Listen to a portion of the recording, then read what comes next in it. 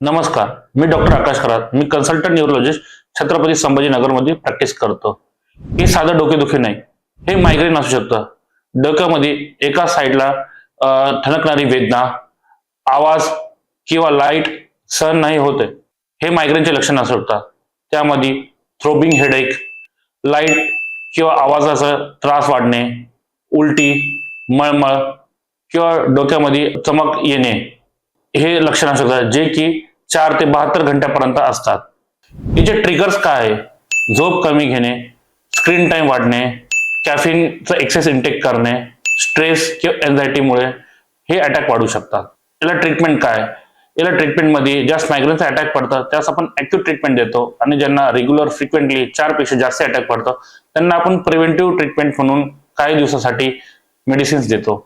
Lifestyle management आणि योग्य उपचाराने मायग्रेनचा attack पूर्णपणे ठीक होऊ शकतो. थँक्यू. धन्यवाद.